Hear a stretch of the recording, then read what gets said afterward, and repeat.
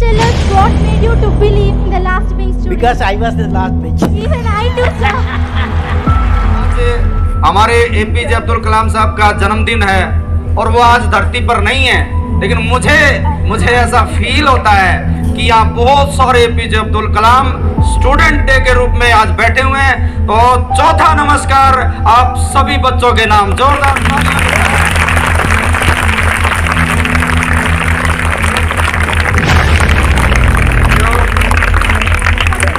आदरणीय प्राचार्य महोदय, वरिष्ठ प्रवक्ता श्री प्यारेलाल जी और सभी आदरणीय स्टाफ मेंबर्स और प्यारे बच्चों, सपने वो नहीं होते जो सोने के बाद आते हैं। सपने वो नहीं होते जो सोने के बाद आते हैं। सपने तो वो होते हैं जो कभी सोने नहीं देते हैं। और अपने वो नहीं होते हैं जो रोने के लिए आते हैं। अपने तो वो होते हैं जो कभी रोने नहीं देते हैं।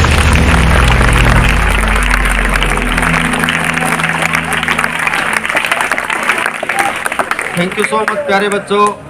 ये पंक्तियां आदरणीय महामहिम स्वर्गीय श्री एपीजे अब्दुल कलाम साहब की रही हैं कि सपने सोने के बाद लेने जो लेता है ना, वो जिंदगी में कभी कामयाब नहीं होता।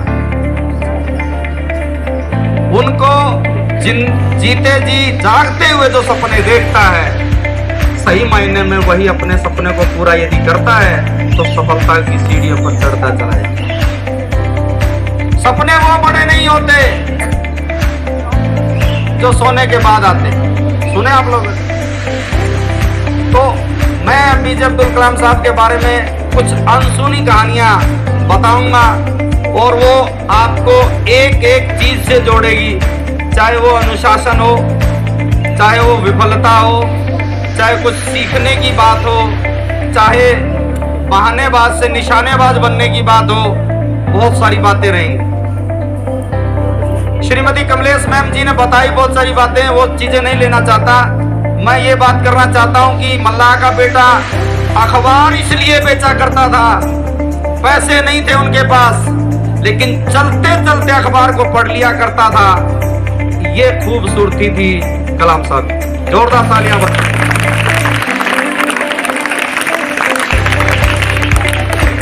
मात्र 7-8 वर्ष की आयु में ही वो अपने पिता के साथ हाथ बटाया करता था उसके काम में।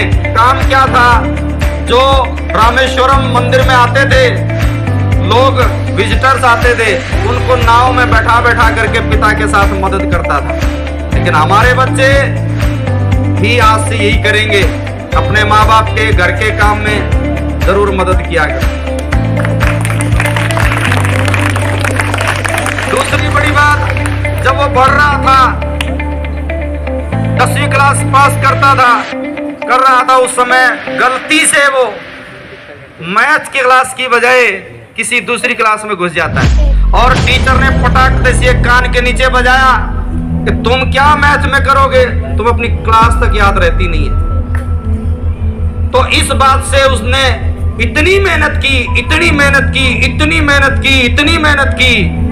कि उनके जो नंबर आए वो 100/100 आए बेटा।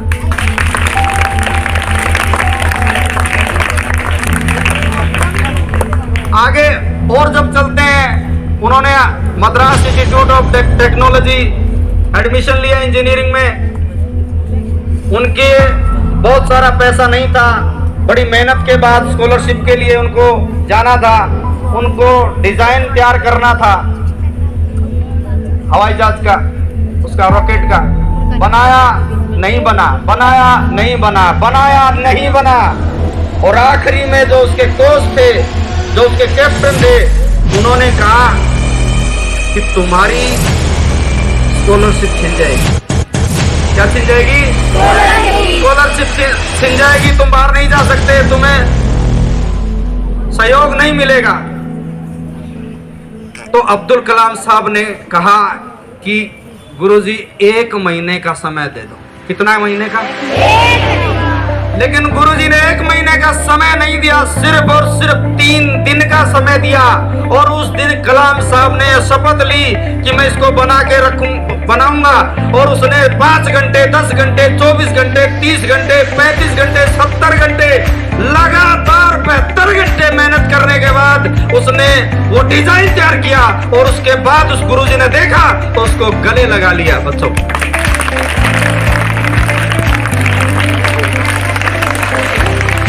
यहां से हम एक बात सीख सकते हैं।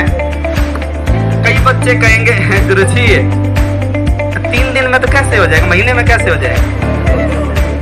लेकिन वो ना सोया, ना खाया, ना पिया, मर नहीं जाएगा वो 3 दिन में। लेकिन उसने बड़ी मेहनत की और अंततः उसने डिजाइन बनाया। उसके बाद की जब बात करते हैं तो जॉब लेना चाहता था। मैम ने जैसे बताया, देहरादून गया, मरना चाहता था। शिवानंद जी मिले और वहां एक बात निकल के आई।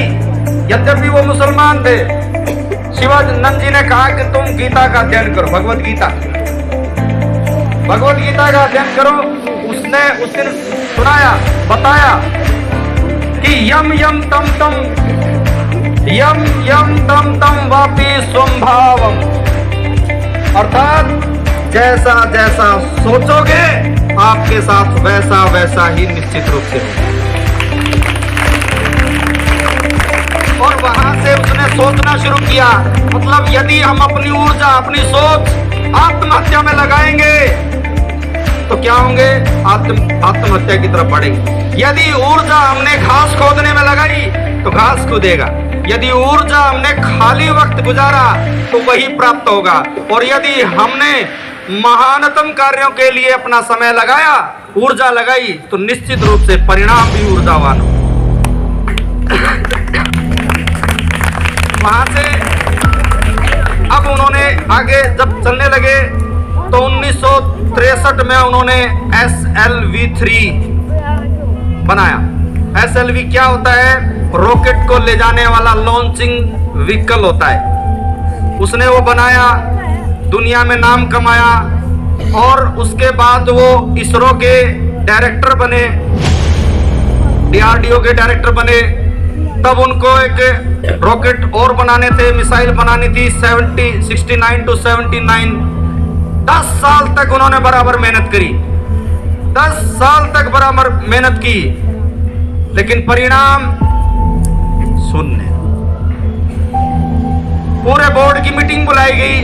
उसके जो सीनियर एंड चीफ थे मिस्टर सतीश धवन जी और अब्दुल कलाम साहब ये सोच रहे थे कि पैसा दिया, सब कुछ दिया, सरकार ने दिया, लेकिन परिणाम क्या? 0। दिल बड़ा धक धक कर रहा था डायरेक्टर साहब, चीफ साहब क्या कहेंगे। लेकिन उन्होंने एक बात कही धवन साहब ने कि ये टीम बड़ी जोशीली है। अब्दुल कलाम के लिए बोला, ये टीम बड़ी जोशीली है, बहुत काम करने वाली है और बहुत अच्छी दोबारा से कामयाबी प्राप्त करेंगे। और अपने पास माइक न रख करके कलाम साहब को दिया। कहने का मतलब कोई डांट नहीं, कोई फटकार नहीं, कोई कुछ कहना नहीं। तब उनको अब्दुल कलाम साहब को यहाँ एक बात सीखने को मिली कि असफलताएं जरूर आती हैं, लेकिन लीडरशिप वाली भावना, मतलब क्या है कि असफल जब हुए तो सीनियर एंड चीफ ने अपने आप पे जिम्मेदारी ली। और जब दोबारा 1 साल के बाद दोबारा कामयाब हुए, उस दिन कलाम साहब को माइक दिया और कहा, thank you so much sir, आपने लीडरशिप की भावना मुझे सिखाई।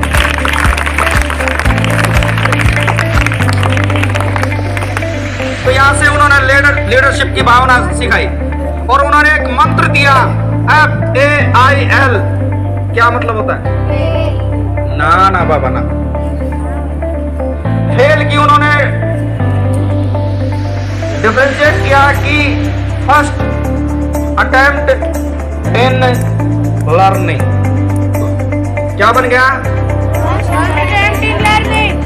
FAIL का क्या बताया?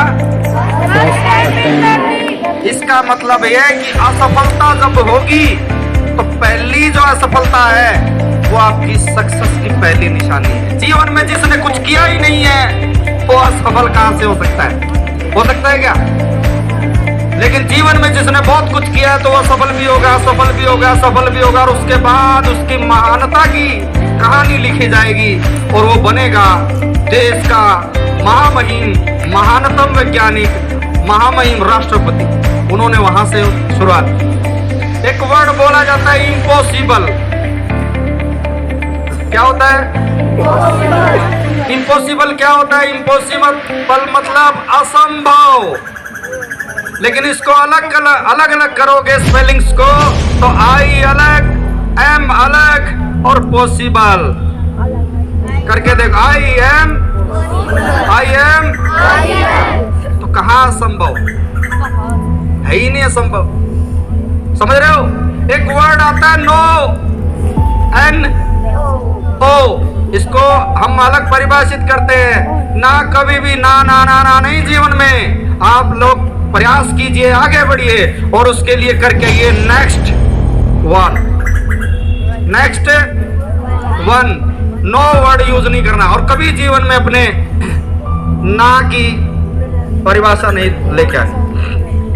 जब शिवानंद जी ने बोला कि तुम भगवत गीता पढ़ो तो उन्होंने आगे एक पढ़ा। उसको पढ़ने के बाद एक बर्बरीक की कहानी इसमें जोड़ी जाती है। बर्बरीक कौन थे आप लोग जानते होंगे? भीम के पुत्र थे। कौन थे? पुत्र या पौत्र? हाँ। तो वो उसके पास 3 तीर थे। जब उसने कलाम साहब ने पढ़ा कि कैसे ये 3 तीर काम करते हैं सिर्फ दुनिया को बचाने और संहार करने के लिए। एक तीर ऐसा कि सबको मैनेजमेंट देखना, एक तीर ऐसा जो सबको सुरक्षित कर सके, एक तीर ऐसा सबको मार सके, और एक तीर ऐसा अगर बंदा राइट में भाग रहा तो उसके राइट में पीछे पड़ जाए, लेफ्ट में भाग रहा तो लेफ्ट में, आगे भाग रहा तो उसके पीछे पीछे जाए। तो वहां से उसने ये सोच बनाई कि कैसे एक ऐसी मिसाइल बनाई जा सकती है जो इंटीग्रेटेड सराउंडिंग मिसाइल बने, और उसके लिए उन्होंने मेहनत करी। उन्होंने त्रिशूल बनाया, मिसाइल का नाम त्रिशूल बनाया, आकाश बनाया, गंगा बनाया, पृथ्वी 1 बनाई, 2 बनाई, 3 बनाई, और इसीलिए उनको इंडिया का मिसाइल मैन बोला जाता है। इसके लिए बहुत बहुत धन्यवाद करते हैं।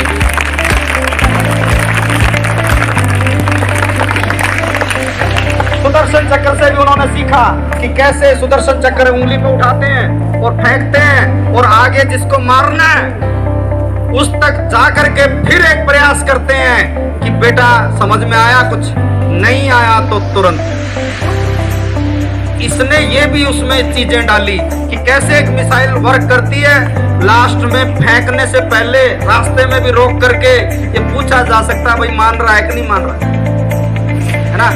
नहीं मान रहा तो तुरंत छोड़ दो। ऐसी मिसाइलें इन्होंने बनाई हैं। और अब बात करते हैं वर्ल्ड पावर न्यूक्लियर बम की। 1998 में अटल बिहारी वाजपेयी जी के साथ मिलकर के उन्होंने न्यूक्लियर बम का इजाद किया। अब ये दुनिया को पता ना लगे, ये उनकी सूझबूझ थी, उनका दिमाग था। क्या था कि जब वो पोखरण में इसका करना था तो रॉकेट जाता तो सारी आर्मी को उन्होंने, सारे जो वैज्ञानिक थे उनको आर्मी की पोशाक डला दी, ड्रेस डला दी, और कोई पहचान नहीं कर पाता था, अंतरिक्ष से कोई फोटो नहीं ले पाता था, और फटाफट साफ करते। यहाँ तक कि वहाँ आसपास के गांव वालों को नहीं पता था कि यहाँ न्यूक्लियर टेस्ट होने वाला। और अंततः हुआ। अमेरिका भी इस बात से हैरान रहा कि भाई न्यूक्लियर टेस्ट हो गया तो कैसा। उन्होंने अपने जीवन में 41 साल सेवा देने के बाद रिटायर हो गए, और उस समय अटल बिहारी वाजपेयी साहब से ने फोन करके पूछा। उस समय सरकार चल रही थी 1999 से 2004 तक। उन्होंने उनको होम मिनिस्ट्री यानी गृह मंत्रालय देने का फैसला किया, लेकिन अब्दुल कलाम साहब तो अलग ही सोच के आदमी थे। टीचर बनना चाहते थे, बोला मैं काफी हो गया, रिटायर हो रहा हूं मैं। और वो जाकर के तमिलनाडु में अपना अध्ययन कार्य शुरू करते हैं, पढ़ाना शुरू करते हैं। लेकिन उसके बाद सन 2002 में अटल बिहारी वाजपेयी जी ने दोबारा फोन किया कि अब की बार मना मत करना कलाम साहब। तो उन्होंने फिर समय मांगा 1 घंटे का, और बाद में जा करके कहते हैं कि वाजपेयी साहब I am agree to become a president of India. जोरदार तालियां बनती हैं। वहां से वो राष्ट्रपति बने, बहुत महान है। और मुझे मौका मिला सन 2003 को 21 नवंबर 2003, ये मेरा बड़ा सौभाग्य है। मैं चंडीगढ़ से, हमने हड़ताल की थी नौकरियों के लिए, हड़ताल की तो चंडीगढ़ से दिल्ली तक हमने पद यात्रा की। लगभग 18-19 दिनों में हम दिल्ली पहुंचे। अटल बिहारी वाजपेयी जो प्रधानमंत्री हुआ करते थे वो नहीं मिले, लेकिन अंततः मुझे कलाम साहब से मिलने का बड़ा मौका। अब ये मिलना कोई बड़ी बात नहीं है, लेकिन बात बड़ी ये है कि वो सुबह में 9 बजे बुलाया गया, इसलिए कि क्योंकि कुछ नॉर्म होते सिक्योरिटी के। 3 बजे खाना खिलाया, 9 बजे बुला करके 3 बजे, 9 बजे चाय आई, 10 साढ़े 10 बजे नाश्ता आ गया। हमने सोचा यार कैसे कलाम साहब है, मिलने ही नहीं आ रहे, नहीं हमें बुला, यहाँ बस ऑफिस में बुला लिया चलो। लेकिन 3 बजे हमें उनके साथ जो टेबल वगैरह लगी होती है सब हटवा दिया, और नीचे ही चटाई मैट बिछा करके हमारे साथ उन्होंने बैठ करके खाना खाया। तो ऐसे महान अब्दुल कलाम साहब थे, जो कि जोरदार उनके लिए तालियां बनी।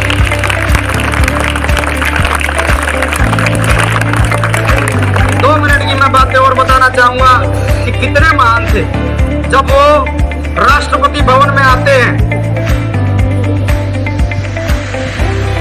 जो राष्ट्रपति भवन में आते हैं तो बहुत सारे जो नेता आते हैं तो अपना ट्रक भर भर के लाते हैं सामान, लेकिन मैं बताता हूँ वो जब आए थे तो 2 उनकी ड्रेस थी, एक छोटा सा ब्रीफकेस था और कुछ नहीं। और जब फिर गए होंगे तो कितना कुछ लेके गए होंगे, कुछ नहीं लेके गए, वही अपने 2 सूट थे और एक वो ब्रीफकेस। इतने महान, इतने नरम स्वभाव के कि उनके राष्ट्रपति भवन में वो बोलने लगे कि इधर पक्षी वगैरह और उदंडी जानवर आते हैं तो दीवारों पे लगवा दें क्या, नोकदार आयरन की चीजें लगवा दो या कांच लगवा दो। बोला ना ना ना ना ना, ये तो जानवरों के लिए बड़े हार्मफुल होती है, नहीं लगने दिया।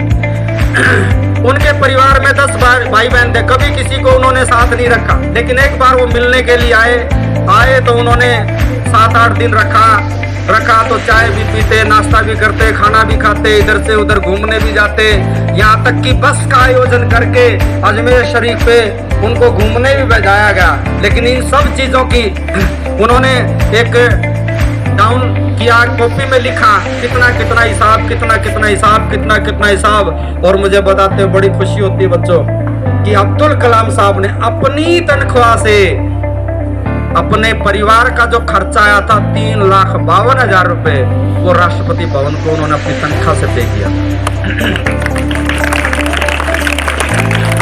और जिस प्रकार कितने महान व्यक्तित्व रहे हैं, वो ग्रेट पर्सनैलिटी रही हैं, लेकिन आप लोगों की तालियां बड़ी हल्की रहती है, जोरदार तालियां बजाओ।